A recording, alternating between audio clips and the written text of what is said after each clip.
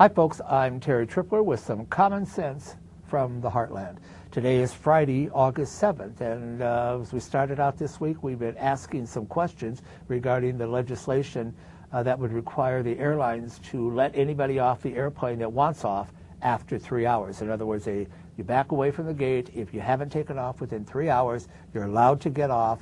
They must take you off unless the captain firmly believes or strongly believes that the plane will take off within a half an hour. And we've been asking questions like, how do you get the people off? And you got a 300 passenger airplane and now 125 people get off. How do you get them off? When you do get them off, what about their bags? Do you take all 125 bags to the destination and then ship them back and then deliver them? Just exactly what do you do or for all of this? These are questions that no one in Washington seems to be asking. And certainly no one in Washington or the Kool-Aid drinking media is answering. Got another question today. Okay, now we're taking the people off the plane. Let's go back to 125 people. We've got a 300 passenger airplane. We've got 125 people want off. So now these magical buses that Kate Hanai is talking about at flyersrights.org, they all appear and they take the people off the plane.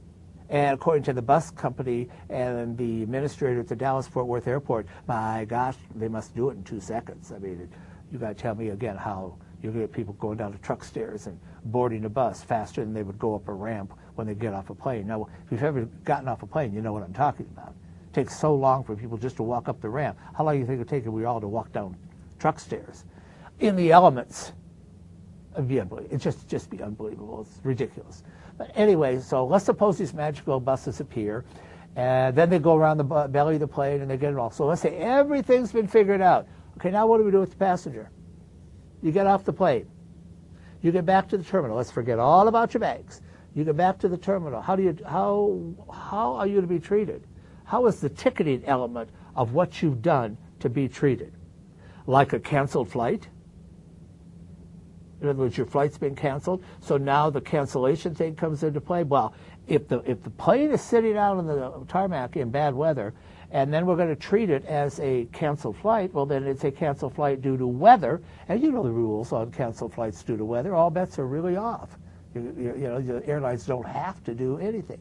How about if they refund your money? Well, refund your money. How much money are they going to refund? You bought a ticket for $375 round trip, and you're flying from Peoria to Detroit, changing planes, and then into Washington. And let's say this happens on the way back in Detroit to Peoria. You can't get out. How much do they refund back?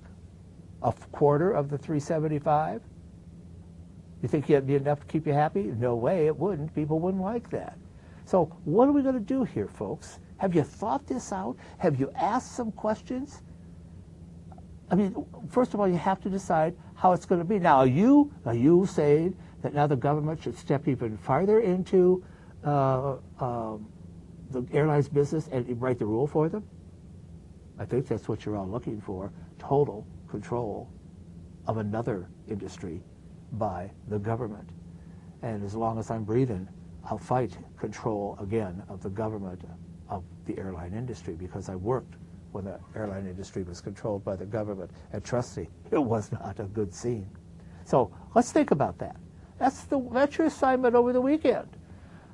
Think about what you're going to do with the passengers. How are you going to treat these passengers? Just exactly what's going to happen. And on Monday, we got some more questions concerning these same passengers that got off. But this concerns before they make the decision to get off. And what a complete nightmare it can be. I'm Terry Tripler, and to me, this stuff is just common sense.